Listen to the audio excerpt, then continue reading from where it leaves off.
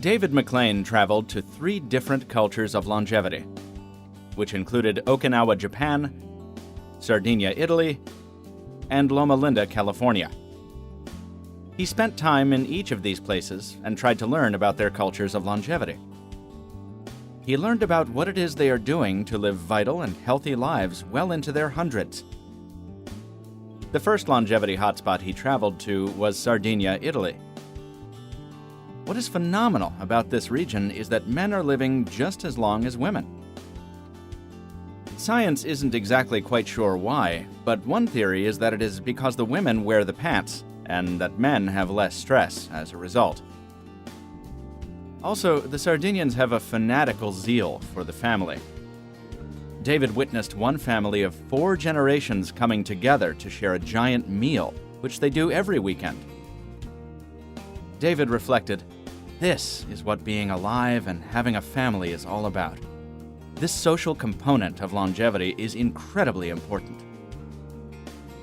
However, the cultures of longevity in Sardinia are rapidly disappearing. Unfortunately, the Sardinians are moving away from traditional, natural food and are leading a more sedentary lifestyle. He spent time with a woman who was almost 100 and her great-granddaughter. Later that day, he saw that same great-granddaughter eating potato chips and wondered, will the next generation live as long?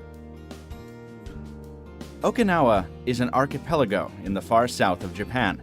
It is home to the longest-lived people on Earth. There, David met numerous people who were into their hundreds, and they were leading active and very healthy lifestyles. The 90-year-olds were biking and fishing 8 miles offshore using old diving techniques on the reef. He met an amazing woman who was over 100. She had been in a moai. The rough translation of the word is a group of friends who go through life together and help each other.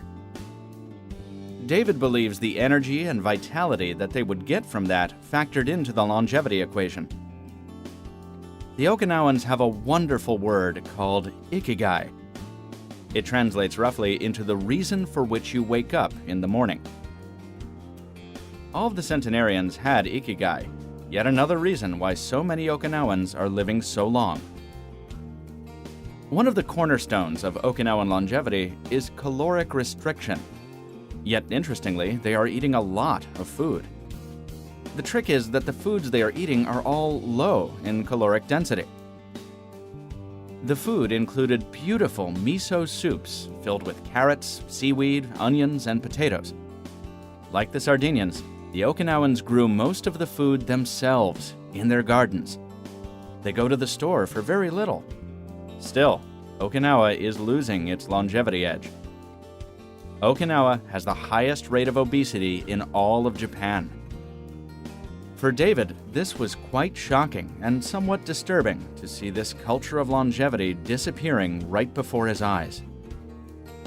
By far the most surprising fact that David took away from this story was that Seventh-day Adventists outlive their American counterparts by about 10 years. What are they doing?